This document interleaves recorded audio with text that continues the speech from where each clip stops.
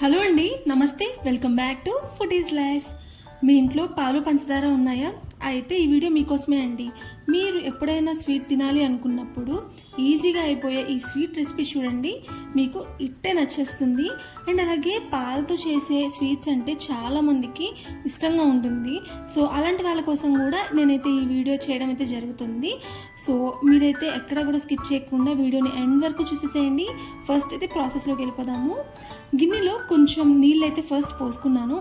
తర్వాత 1 litre పాలనైతే పోసుకుంటున్నాను.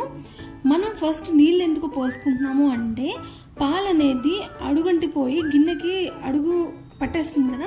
So అలా కాకుండా మనం కొంచెం నీళ్ళు పోసుకుని తర్వాత పాలు పోసుకుంటే మనకి అడుగంటడం అయితే అవదనమాట. సో ఇప్పుడు ఇందులోకి ఒక 2 స్పూన్స్ వరకు వెనిగర్ని అయితే వేసుకుంటున్నాను.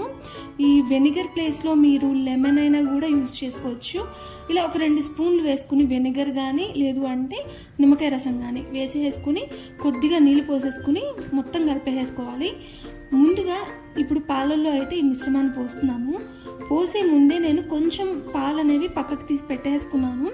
ఆ తర్వాత మిగిలిన పాలల్లో ఈ వెనిగర్ మిశ్రమాన్ని అయితే వేసేసుకుని కాస్త కలుపుకున్నామంటే ఇలాగా విరుగుడుగా అయితే మనకి రెడీ అయిపోతుంది. ఇప్పుడు దీన్నంతా కూడా మనము ఒక స్ట్రైనర్ సహాయంతో డివైడ్ చేసుకుంటున్నాం అనమాట. ఈ విరుగుడు అండ్ అలాగే కింద పాలు అండ్ అలాగే కొంచెం నీళ్ళు అనేవి వచ్చేస్తాయి. సో దాన్ని సెపరేట్ చేసేసుకుని ఈ విరుగుడిని మాత్రం ఇలాగ ఒక స్ట్రైనర్లోకి అయితే తీసుకుంటున్నాను. మీరు కావాలి అంటే ఒక క్లాత్లోకి అయినా తీసుకోవచ్చు. ఒక నీట్గా ఉన్న క్లాత్లోకి తీసేసుకుని బాగా పిండేసుకుంటే నీళ్ళు లేకుండా సరిపోతుందనమాట. సో ఇప్పుడు కొంచెం పక్కన పాలు పెట్టుకున్నాను కదా.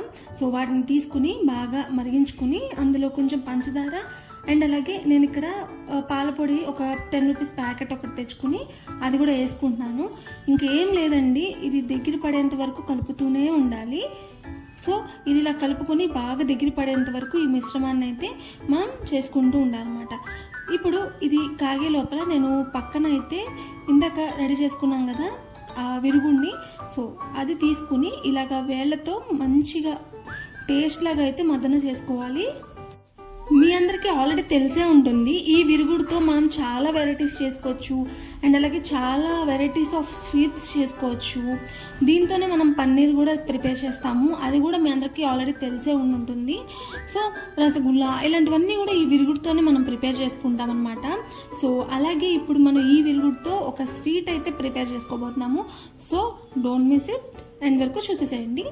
సో ఇలాగా మెత్తగా చూస్తున్నారు కదా, ఇక్కడ చేత్తో నేను చేస్తున్నాను. ఇలాగా మెత్తగా అయితే ఫస్ట్ పేస్ట్ లాగా అయితే చేసుకోవాలి. ఇలా మెత్తగా అయిపోయిన తర్వాత ఇందులోకి 1 స్పూన్ కార్న్ ఫ్లోర్ అయితే వేసుకుంటున్నాను అండ్ అలాగే ఒక చిటికెడు కలర్ కూడా వేసుకుంటున్నాను, ఫుడ్ కలర్. సో ఉంటే వేసుకోండి, కొంచెం మంచిగా కలర్లో ఉండాలి, స్వీట్ కనిపించాలి అనుకుంటే ఫుడ్ కలర్ వేసుకోండి, లేదు అంటే వేసుకోకపోయినా కానీ పర్వాలేదు. అండ్ ఇంకొకటండి, కార్న్ ఫ్లోర్ లేకపోతే ఏం చేయాలి అని అడుగుతూ ఉంటారు. సో కార్న్ ఫ్లోర్ ప్లేస్లో మైదా కూడా వేసుకోవచ్చండి. సో మైదా అయినా కార్న్ ఫ్లోర్ అయినా వేసుకుని ఇలాగా చూస్తున్నారు కదా మెత్తటి పేస్ట్ లాగా అయితే మనం ప్రిపేర్ చేసేసుకున్నాము. సో ఇప్పుడు మనం కావాల్సిన షేప్లోకి మోల్డ్ చేసుకోవాలి. సో నేను ఇక్కడైతే ఈ షేప్లో అయితే ప్రిపేర్ చేస్తున్నాను.